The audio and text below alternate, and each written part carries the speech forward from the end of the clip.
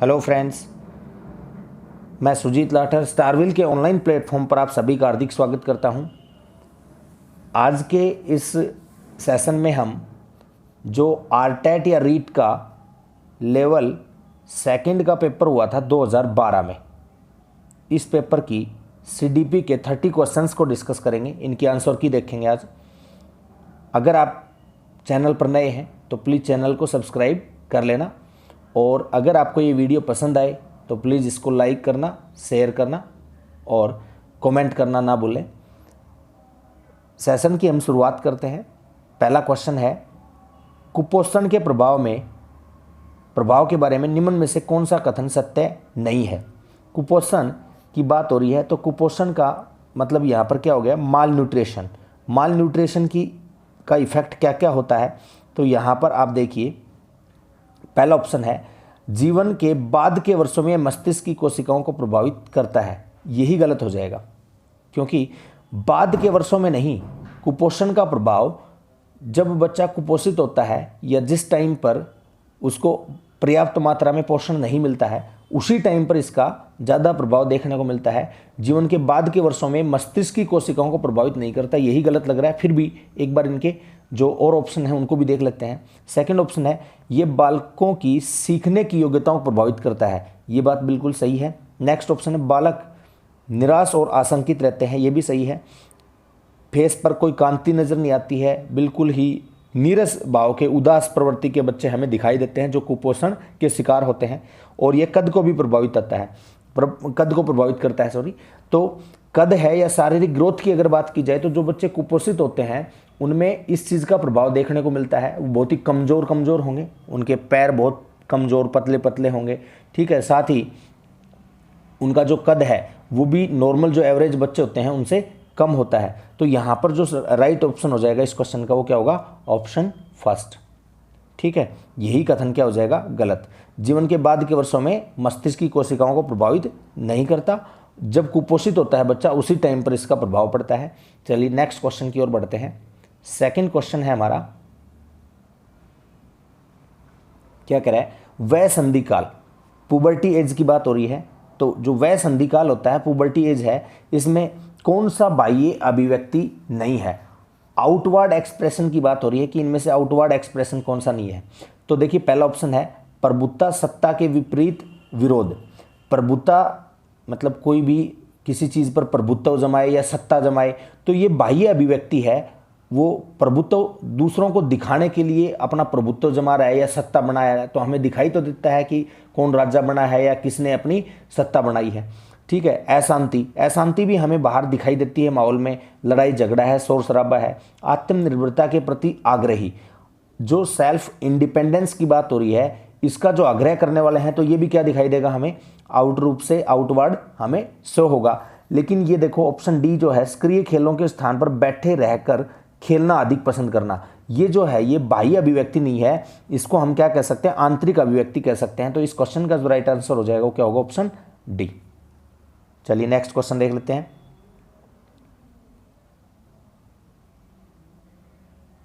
Next question है, निम्न में से कौन सा कथन मिडिल स्कूल स्तर के विद्यार्थियों के विकास से सहमति नहीं रखता है। तो पहला ऑप्शन है, सामाजिक व्यवहार उत्तरोत्तर समवयस्क समूह के आदर्शों से प्रभावित होता है। जो सोशल बिहेवियर है वो उत्तरोत्तर समवयस्क का मतलब होता है पीयर ग्रुप के आदर्शों से प्रभावित होता है। तो ये बात बिल्कुल सही है। जो पीयर ग्रुप होते हैं उनके जो आदर्श होते हैं उनका बहुत असर पड़ता है मिडिल स्तर के जो बच्चे होते हैं उनके ऊपर। दूसरा ऑप्शन है, इस अवस्था में अधिकांश बालक तीव्र गति से वृद्धि प्राप्त नहीं करते। तो ये गलत होने की संभावना लग रही है, क्योंकि इस अवस्था में अधिकांश बालक जो होते हैं ना, वो तीव्र गति से वृद्धि प्राप्त करते हैं। ऑप्शन सी है, बौद्धिक एवं सामाजिक व्यवहार पर स्व प्रभाविता का महत्वपूर्ण प्रभाव होता है। ये बात भी बिल्कुल राइट है। ऑप्शन डी की अगर बात की जाए तो अधिकांश विद्यार्थी विशेष रूप से स्व केंद्रित या आत्म केंद्रित हो जाते हैं। ये भी ठीक है। तो इसका जो राइट आंसर होगा वो क्या होगा, ऑप्शन सेकंड। यही क्या है, गलत ऑप्शन होगा इसका। तो राइट आंसर क्या हो जाएगा, ऑप्शन बी। चलिए नेक्स्ट क्वेश्चन देख लेते हैं।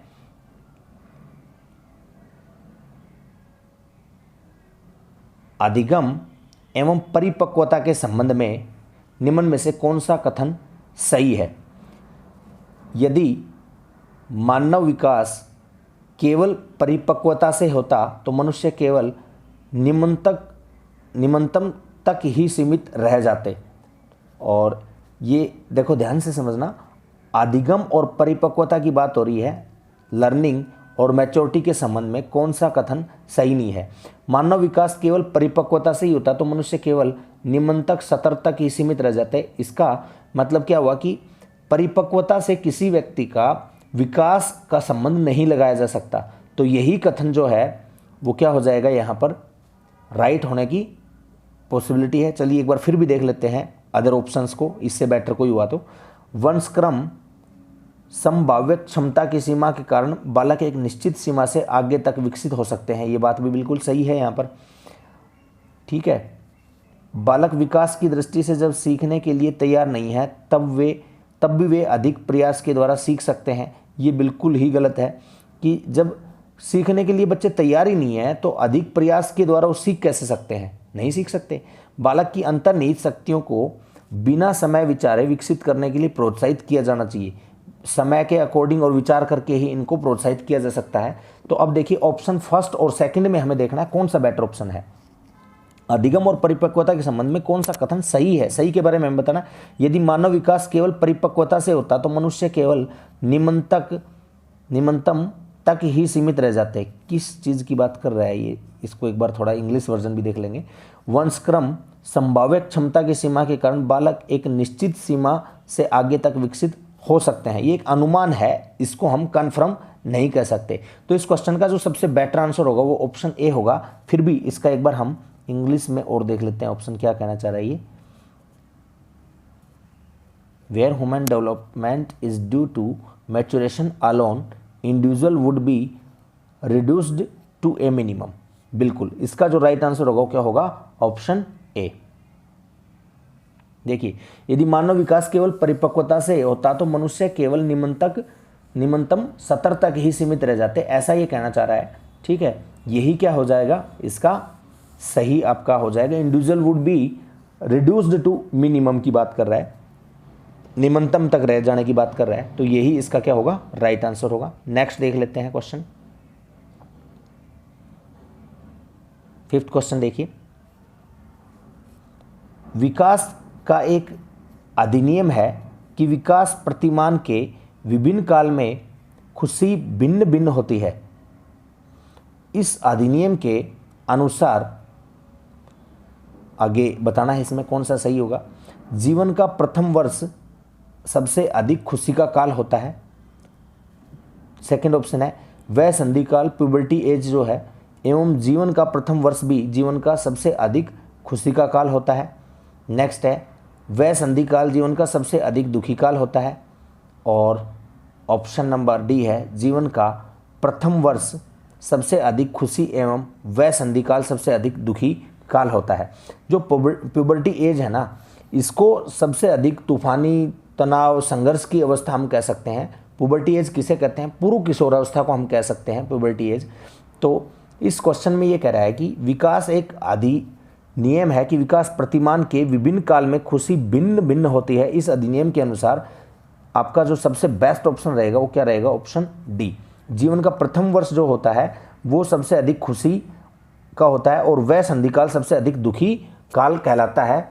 और ऐसा एक स्टैनली हॉल ने एक स्टेटमेंट भी दिया है। स्टैनली हॉल ने कहा है कि संघर्ष, तनाव और तूफान की अवस्था किशोरावस्था है। तो प्यूबर्टी काल को आप बोल सकते हैं प्रारंभिक किशोरावस्था। चलिए नेक्स्ट क्वेश्चन देख लेते हैं। नेक्स्ट क्वेश्चन है निम्न में से कौन सा बालकों के अधिगम एवं विकास में सबसे अधिक योगदान देता है? तो बालकों के अधिगम और विकास में, लर्निंग में और डेवलपमेंट में सबसे अधिक योगदान जो है वो किसका होता है? तो पहला ऑप्शन है इसमें परिवार समवयस्क समूह और टेलीविज़न का। दूसरा ऑप्शन है परिवार समवयस्क समूह और अध्यापक का। तो अगर बात की जाए जिसमें हम बच्चे की बात कर रहे हैं और वहाँ पर इसमें कौन कौन इंक्लूड हो गया, फैमिली समवयस्क समूह की अगर बात की जाए तो जो पीयर ग्रुप्स होते हैं और टीचर की बात हो, तो यहाँ पर एक जो बच्चा होता है वो स्कूल में अध्यापक के इंटरेक्शन में आता है, अध्यापक के साथ डायरेक्ट उसका इंटरेक्शन होता है। और पीयर ग्रुप स्कूल में भी पास पड़ोस में भी, खेल के मैदान में भी और परिवार के साथ भी। तो यही ऑप्शन इसका सबसे बेटर होगा कि बालक के अधिगम और विकास में सबसे अधिक योगदान किसका होता है, तो इसमें परिवार, समवयस्क समूह और अध्यापक, ये ऑप्शन आपका राइट आंसर होगा। चलिए नेक्स्ट क्वेश्चन देख लेते हैं। क्वेश्चन नंबर 7 है, एक अध्यापक को निम्न में से किस कथन से सहमत होना चाहिए? अध्यापक को निम्न में से कौन से कथन से सहमत होना चाहिए? इसका पहला ऑप्शन है, आंतरिक अभिप्रेरणा तब होती है जब अधिगम करता लर्नर बाह्य संतोषजनक परिणाम का अनुभव करने के लिए कार्य करते हैं। ठीक है, नेक्स्ट ऑप्शन देख लेते हैं एक बार। बाह्य अभिप्रेरणा तब होती है जब अधिगमकर्ता बाह्य पुरस्कार प्राप्त करने के लिए कार्य करते हैं। तो यहाँ पर किसकी बात हो रही है? एक अध्यापक को इनमें से किस चीज़ से सहमत होना चाहिए? तो एक अध्यापक इनमें से किस चीज़ से सहमत होना चाहिए? तो आप यहाँ पर ये देखिए, बाह्य अभिप्रेरणा कब होती है? जब अधिगमकर्ता लर्नर जो होता है वो पुरस्कार, रिवार्ड या अवार्ड प्राप्त करने के लिए कार्य करते हैं। इसी को तो बाह्य मोटिवेशन या एक्सटर्नल मोटिवेशन हम कह सकते हैं। कि इसमें क्या होता है, जो अधिगमकर्ता होता है, लर्नर होता है, उसको किसी रिवार्ड की लालच में या किसी रिवार्ड को प्राप्त करने के लिए वो क्या करता है, कोई भी कार्य करता है। ठीक है, इसके अलावा और भी ऑप्शन एक बार पढ़ लेते हैं। बाह्य पुरस्कार से स्थायी व्यवहार परिवर्तन होता है, ऐसा ज़रूरी नहीं है। ठीक है, ये टेम्परेरी हो सकता है, कुछ टाइम के लिए, फिर बदलाव आ सकता है। ऑप्शन डी है, बाह्य पुरस्कार जो है वो आंतरिक अभिप्रेरणा प्रदान करते हैं। बाह्य पुरस्कार जो है वो बाह्य अभिप्रेरणा प्रदान करते हैं ज़्यादातर। ठीक है, तो इसको हम ठीक नहीं कह सकते। इसका जो राइट ऑप्शन है वो बी होना चाहिए, अकॉर्डिंग टू ए टीचर। आप अध्यापक के रूप में क्या मानेंगे? ऑप्शन बी को राइट मानेंगे। बाह्य अभिप्रेरणा तब होती है जब कोई लर्नर है वो बाह्य पुरस्कार प्राप्त करने के लिए कार्य करते हैं। ठीक है, तो नेक्स्ट क्वेश्चन देख लेते हैं। क्वेश्चन नंबर 8 है, एक अध्यापक मानचित्र की खाली रूपरेखा में केवल नदियां, पहाड़ों, मैदानों और घाटियों को प्रदर्शित करता है। वह विद्यार्थियों को नए नगर, रेलवे, मुख्य नगरों को जोड़ने वाले राजमार्गों को चिन्हित करने के लिए कहता है। विद्यार्थियों को अन्य पुस्तकों व मानचित्रों को अध्ययन करने के लिए इस दौरान मनाही होती है। वहाँ अध्यापक के द्वारा प्रयुक्त उपागम कौन सा है? तो अध्यापक के द्वारा ये कौन सा उपागम है? डिस्कवरी अप्रोच हम इसको कह सकते हैं, नो डाउट। ठीक है, तो इसका राइट आंसर क्या हो जाएगा? Option A, discovery approach. ठीक है, इसको मानचित्र निरूपण नहीं कह सकते, क्योंकि क्या कह रहा है यहाँ पर, चिन्हित करना है किन किन चीज़ों को, पहाड़ों को, मैदानों को, घाटियों को प्रदर्शित करके चिन्हित करना है। तो चिन्हित कौन करेगा? जब किसी चीज़ को अच्छे से स्टडी की हुई है और हम उसमें स्टडी करने के बाद, पढ़ने के बाद चीज़ों को खोजते हैं कि कौन सी कहाँ है, कहाँ पे उसकी अप्रोच है, कहाँ उसको टिक करते हैं, कहाँ नदी कौन सी थी, रिवर गंगा कहाँ है, ब्रह्मपुत्र कहाँ है, इस तरीके से। तो ये क्या हो गया? डिस्कवरी अप्रोच इसको कहते हैं। ठीक है, चलिए नेक्स्ट क्वेश्चन पे हम चलते हैं।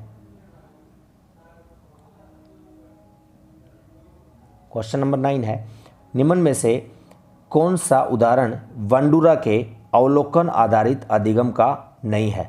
तो वंडूरा के अवलोकन आधारित अधिगम का जो हिस्सा नहीं है वो हमें बताना है। पहला ऑप्शन है, विद्यार्थियों द्वारा केंचुए के विच्छेदन को सीखना।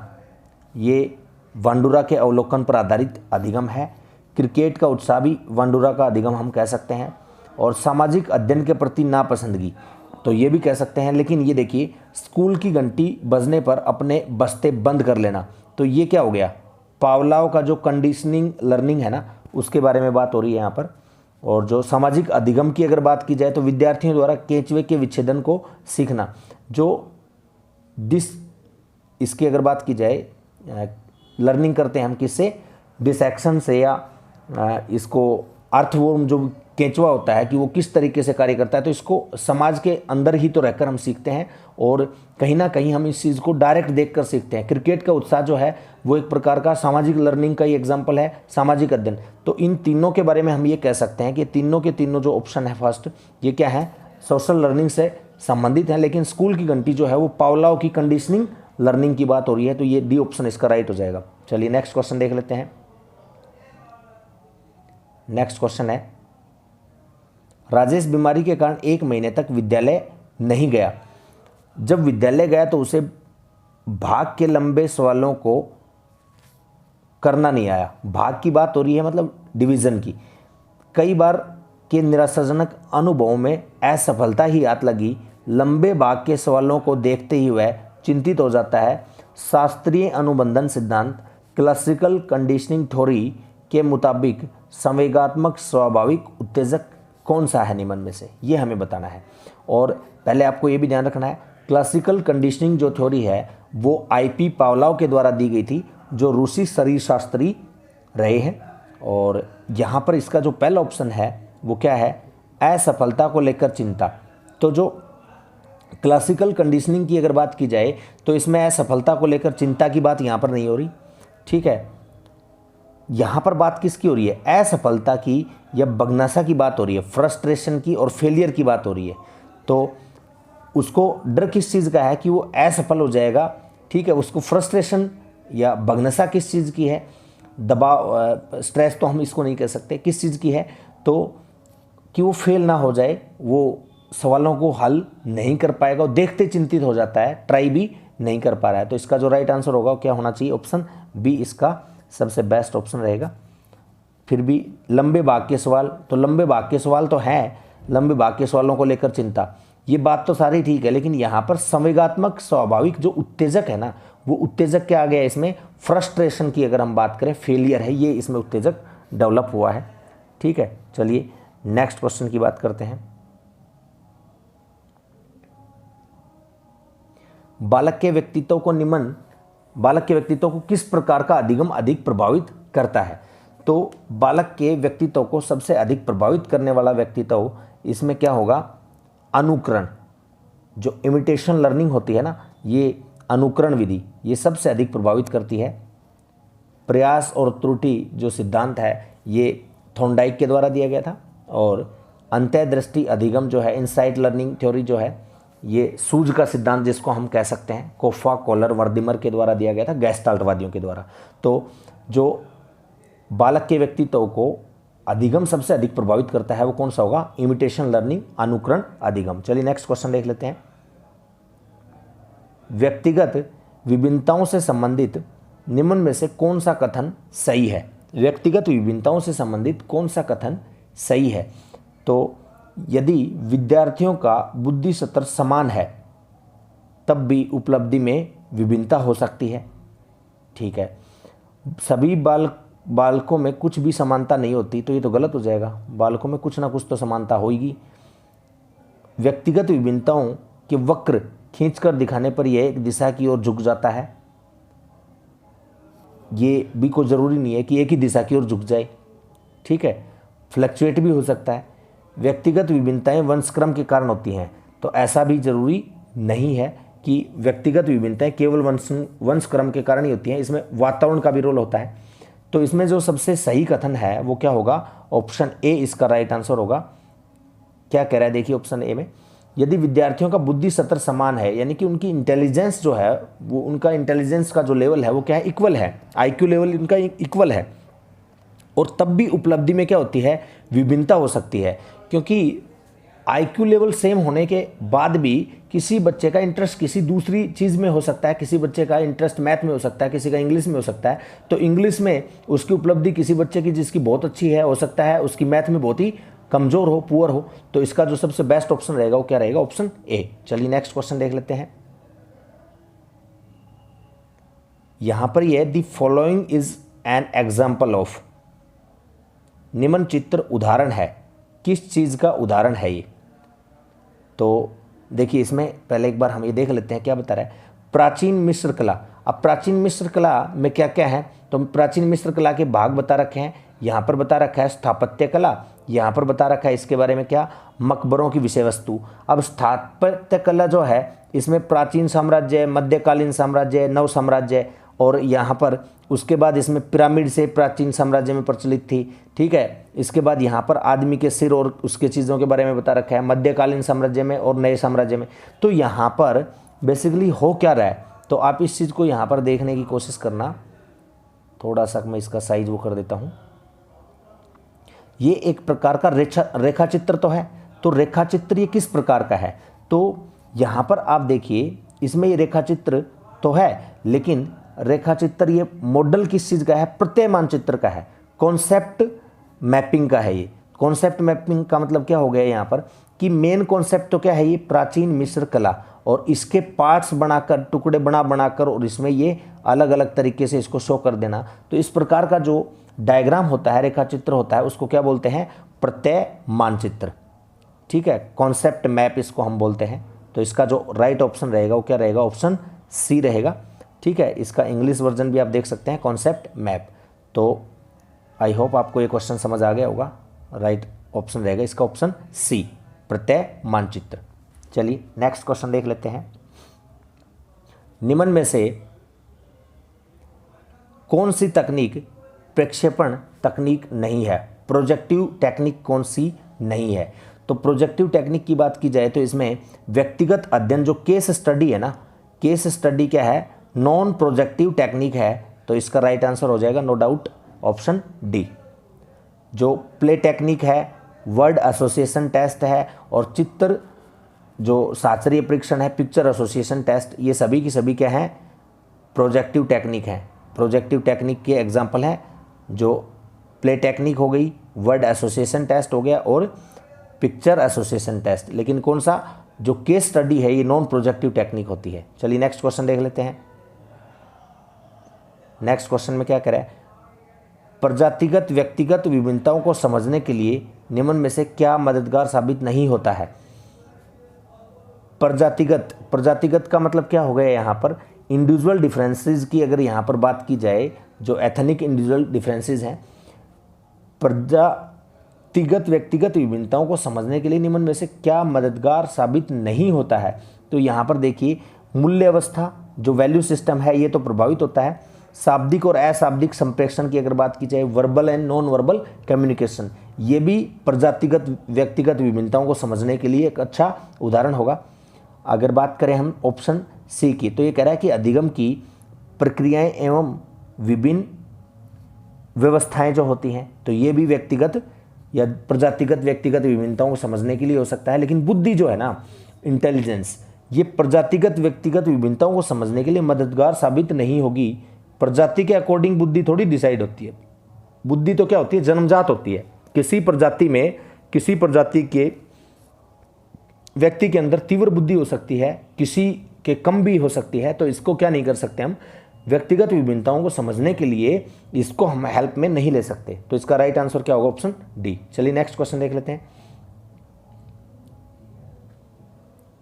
व्यक्तित्व व्यक्ति में उन मनोदैहिक व्यवस्थाओं का गत्यात्मक संगठन है जो वातावरण के साथ उसके अपूर्व समायोजन को निर्धारित करता है।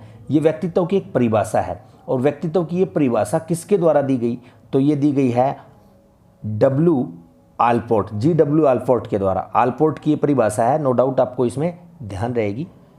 ठीक है, और इसको मैंने आपको याद भी कराया है, जो मैंने टॉपिक करवाया है आपको व्यक्तित्व का। ठीक है, तो आगे बढ़ते हैं नेक्स्ट क्वेश्चन की ओर। नेक्स्ट क्वेश्चन क्या करें? प्राय बालकों की वृद्धि का मापन किया जाता है। बालकों की बुद्धि का मापन किस प्रकार किया जाता है? तो यहाँ पर पहला ऑप्शन है अवाचिक समूह बुद्धि परीक्षणों के द्वारा, वाचिक समूह बुद्धि परीक्षणों के द्वारा, अवाचिक व्यक्तिगत बुद्धि परीक्षणों के द्वारा, या फिर वाचिक व्यक्तिगत बुद्धि परीक्षणों के द्वारा। किसकी बात हो रही है?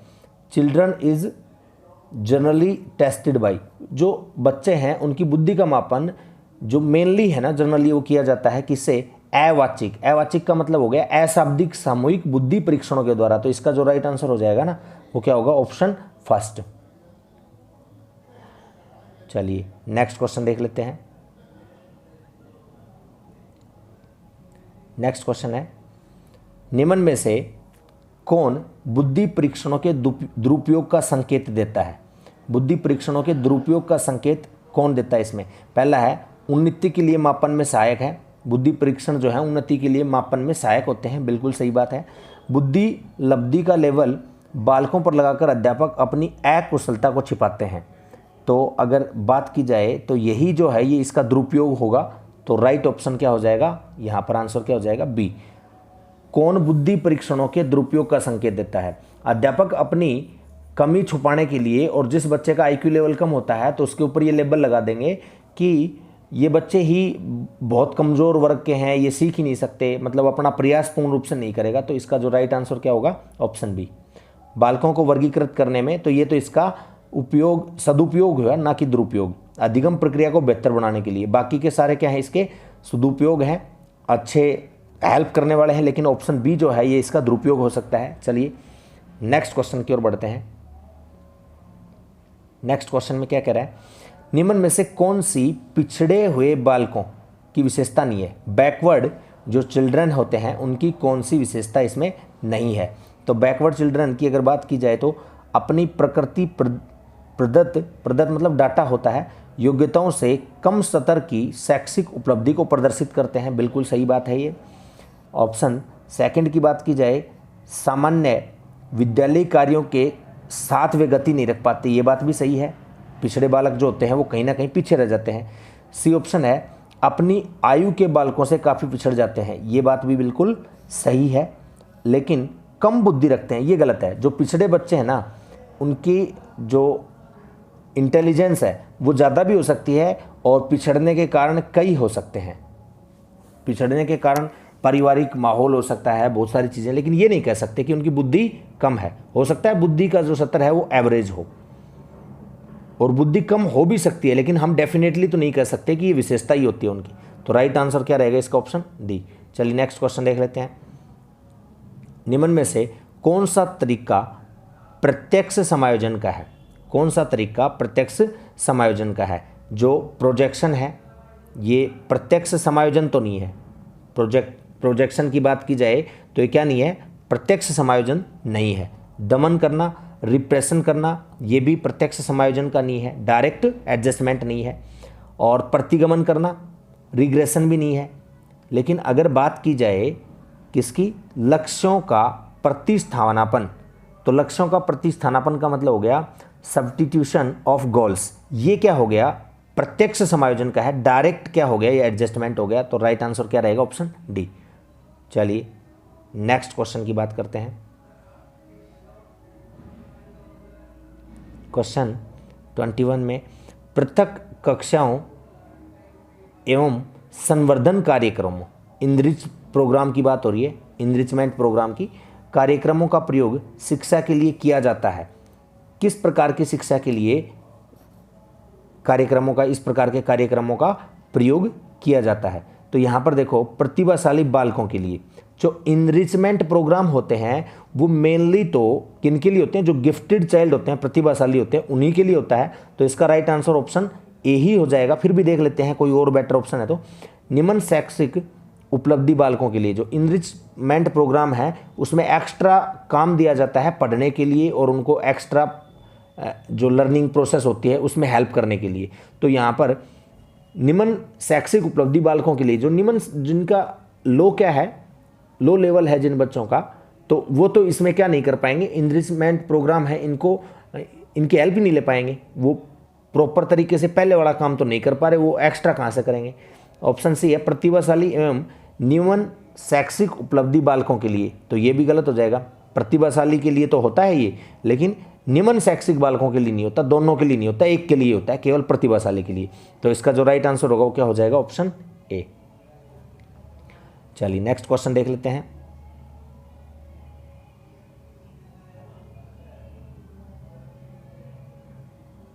निम्न का मिलान करते हुए दी गई तालिका में सही उत्तर का चयन करें।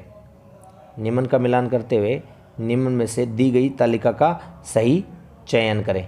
अच्छा, यहाँ तक ही है ना। अब देखो, इसमें आपको तालिका का मिलान करना है। तो पहला देखते हैं, मन तरंग को एक रक्षा तंत्र के रूप में वर्गीकृत कर सकते हैं। जो मन तरंग हैं, हमारे जो माइंड में तरंग लहरें उठती हैं, को एक रक्षा तंत्र के रूप में वर्गीकृत कर सकते हैं। तो रक्षा तंत्र के रूप में इन तरंगों को हम पलायन करा सकते हैं। तो इसका सेकंड के साथ कनेक्ट हो सकता है सूची में। अगर बात की जाए नेक्स्ट ऑप्शन, इसकी रक्षात्मक तंत्र व्यक्ति का बचाव करती है। रक्षात्मक जो तंत्र है वो व्यक्ति का बचाव करती है। किस चीज़ का बचाव करती है? चिंता का। तो इसका राइट आंसर क्या बन जाएगा? ऑप्शन 4 चिंता। और तीसरा ऑप्शन है यहाँ पर, उदात्तीकरण को रक्षात्मक तंत्र के रूप में वर्गीकृत किया जा सकता है। उदात्तीकरण को रक्षा तंत्र के रूप में वर्गीकृत किया जा सकता है। तो यहाँ पर इसका जो आ जाएगा ऑप्शन, ये 3 दोनों में दे दिया क्या?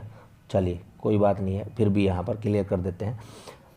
ऑप्शन जो है ओ के बारे में क्या लिखा हुआ? क्षतिपूर्ति को रक्षात्मक तंत्र के रूप में वर्गीकृत किया जा सकता है। तो ये क्षतिपूर्ति को रक्षात्मक तंत्र के रूप में जब वर्गीकृत करते हैं तो ये तो क्या हो गया? प्रतिस्थानापन। और अगर बात करते हैं उदात्तीकरण को रक्षात्मक तंत्र के रूप में वर्गीकृत, क्षतिपूर्ति, दोनों का ही 3 आएगा, क्योंकि दोनों में ही किसकी बात हो रही है? रक्षात्मक तंत्र के रूप में वर्गीकृत। तो दोनों का क्या आएगा? 3। दोनों का जिसमें 3 हो तो ऑप्शन सी इसका राइट आंसर हो जाएगा। ऑप्शन सी, 3 दोनों में एक में ही तो है। तो क्या आ जाएगा इसका राइट आंसर? क्वेश्चन नंबर 22 का ऑप्शन सी। चलिए नेक्स्ट क्वेश्चन देख लेते हैं।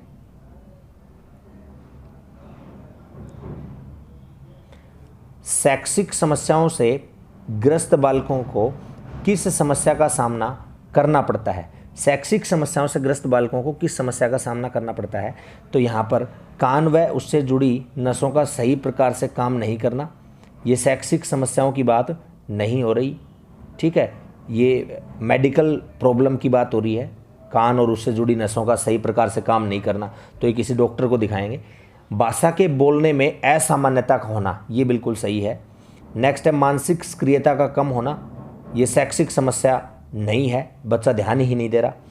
व्यवहारिक रूप से एवं सामाजिक बुद्धि में कमी का होना, ये भी नहीं है। तो इसका जो राइट आंसर होगा वो क्या होगा? Option b. भाषा के बोलने में असामान्यता का होना ही क्या है? शैक्षिक समस्याओं से ग्रस्त बालकों की बात हो रही है यहाँ पर, तो ऑप्शन बी इसका राइट हो जाएगा। चलिए नेक्स्ट क्वेश्चन देख लेते हैं। क्वेश्चन नंबर 24, अधिगम निर्योग्यताओं वाले बालकों में प्रक्रमण संबंधी निम्न में से किस प्रकार की कमी पाई जाती है? तो यहाँ पर किसकी बात हो रही है? लर्निंग डिसेबिलिटी की बात हो रही है, ठीक है। और लर्निंग डिसेबिलिटी की किन के लिए? जो जिनकी प्रोसेसिंग है, उसमें सीखने का जो प्रोसेसिंग है बच्चों का, वो डिफ़िकल्टी हम इसको ले सकते हैं, डिफिशेंसी ले सकते हैं। तो डिफिशेंसी जो जिनमें पाई जाती है वो कौन से प्रकार के बच्चे यहाँ पर होते हैं? तो यहाँ पहला ऑप्शन क्या कह रहा है? संख्याओं से संबंधित सूचनाओं को याद करने में समय एवं दिशा की कम समझ। जिनमें अधिगम निरोग्यता पाई जाती है, लर्निंग डिफिशिएंसी पाई जाती है, तो उनमें संख्याओं संबंधी सूचनाओं को याद करने में समय और दिशा की समझ जो होती है वो कम होती है। इसका राइट आंसर क्या होगा? ऑप्शन ए ही हो जाएगा।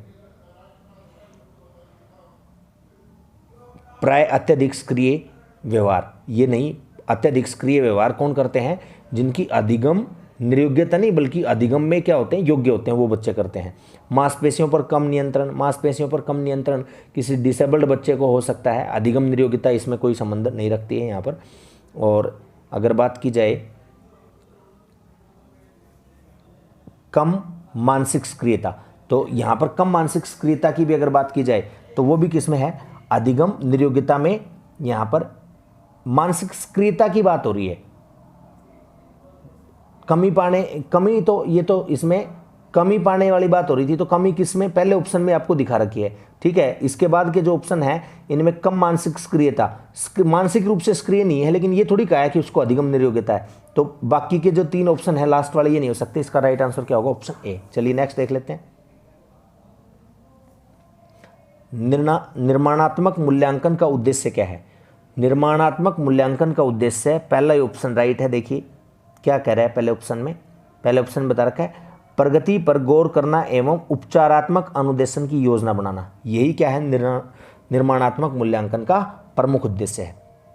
चलिए नेक्स्ट क्वेश्चन देखते हैं। निम्न में से कौन सा शोध का चरण शोध को क्रियात्मक अनुसंधान बनाता है? क्रियात्मक अनुसंधान की जब भी बात आए तो आपको ध्यान रखना है, ये लर्निंग में क्रियात्मक अनुसंधान का कॉन्सेप्ट स्टीफन कोरे के द्वारा दिया गया था। और यहाँ पर आपको पहला ऑप्शन दे रखा है उपकल्पनाओं का निर्माण करना। सेकंड ऑप्शन आपको दिया हुआ है प्रोग्राम का क्रियान्वयन और अंतिम मूल्यांकन, यही इसका राइट आंसर होगा। जो क्रियात्मक अनुसंधान होता है, तो क्रियात्मक अनुसंधान की बात हो रही है, रिसर्च लर्निंग की बात हो रही है, एक्शन रिसर्च की बात हो रही है। तो एक्शन रिसर्च में प्रोग्राम का क्रियान्वयन और अंतिम मूल्यांकन, ये जो है शोध को क्रियात्मक अनुसंधान बनाता है। तो 26 का ऑप्शन बी जो है ये राइट होगा। नेक्स्ट क्वेश्चन देखते हैं। निम्न में से कौन सी समस्या क्रियात्मक अनुसंधान के लिए उपयुक्त नहीं है? क्रियात्मक अनुसंधान के लिए कौन सी समस्या उपयुक्त नहीं है? तो यहाँ पर पहला है हिंदी में 5वीं कक्षा के विद्यार्थियों के लेख में सुधार। ये क्रियात्मक अनुसंधान है, रिसर्च की जाएगी, बच्चे के सुलेख में सुधार करवाया जाएगा। 7वीं कक्षा के विद्यार्थियों के व्यवहार पर लिखित प्रशंसा एवं मौखिक प्रशंसा के प्रभाव का तुलनात्मक अध्ययन बिल्कुल किया जाता है इसमें। ऑप्शन सी है आपका परंपरागत विधि के ऊपर कंप्यूटर सहायतित अनुदेशन का प्रभाव, ये नहीं है। नेक्स्ट है भूगोल के अधिगम में एटलस और ग्लोब का प्रयोग। तो इसका जो राइट आंसर हो जाएगा वो क्या होगा? ऑप्शन सी हो जाएगा। 27 का राइट आंसर ऑप्शन सी होगा। नेक्स्ट देख लेते हैं। नेक्स्ट क्वेश्चन है बालकों का मुफ्त और अनिवार्य शिक्षा अधिकार अधिनियम 2009 में निम्न में से किस पर ध्यान नहीं दिया गया? तो ध्यान किस पर नहीं दिया गया? तो यहाँ पर देखिए अध्यापकों को प्रशिक्षण की सुविधा प्रदान करने पर ध्यान दिया गया है, गुमंतु बालकों के प्रवेश को सुनिश्चित करने पर भी बल दिया गया है, एकेडमिक कैलेंडर को निर्धारित करने पर भी बल दिया गया है, 14 वर्ष की शिक्षा पर बल दिया गया है, लेकिन 14 वर्ष की पश्चात की शिक्षा पर बल नहीं दिया गया है इसमें, यह इस पर ध्यान नहीं दिया गया है। अगर बात की जाए फिजिकल जो डिसेबल्ड बच्चे होते हैं, तो डिसेबल्ड बच्चों के लिए 18 वर्ष तक की शिक्षा पर ध्यान दिया जाता है, और जो सामान्य बच्चे होते हैं उनके 14 वर्ष तक की शिक्षा पर ध्यान दिया जाता है, उसके पश्चात की शिक्षा पर ध्यान नहीं दिया जाता। तो यहाँ पर क्या रहेगा? इसका राइट आंसर ऑप्शन डी रहेगा। चलिए नेक्स्ट क्वेश्चन को देखते हैं। एनसीएफ 2005 नेशनल करिकुलम फ्रेमवर्क की बात हो रही है। तो राष्ट्रीय पाठ्यचर्या रूपरेखा 2005 में भारत की धार्मिक एवं सांस्कृतिक विविधता को मनाना, स्त्रियों के प्रति सम्मान एवं जिम्मेदारी का दृष्टिकोण को बढ़ाने के प्रोग्राम का आयोजन एवं वृत्तचित्र तथा फिल्मों को एकत्र करना और दिखाना, जिसके माध्यम से न्याय व शांति में वृद्धि हो, को सुझाया गया है। ताकि इस प्रकार का सुझाव क्यों दिया गया है? ताकि शांति की शिक्षा दी जा सके, व सांस्कृतिक विविधता, स्त्रियों के प्रति सम्मान और जिम्मेदारी का दृष्टिकोण बढ़ाने के लिए। तो ये पहला ऑप्शन इसका राइट लग रहा है, शांति की शिक्षा दी जा सके, education for piece. Education for piece इसका राइट आंसर होगा। मूल्यों की शिक्षा ये इसमें नहीं है। इसकी अगर बात की जाए धार्मिक सांस्कृतिक विविधता की बात की जा रही है, तो इसमें मूल्यों की शिक्षा की बात नहीं की गई, और नागरिकता की शिक्षा की बात यहाँ इसमें नहीं हो रही है क्वेश्चन के अकॉर्डिंग। तो राइट आंसर क्या होगा? ऑप्शन ए। चलिए सीडीपी का आज का लास्ट क्वेश्चन देखते हैं इस सेशन में।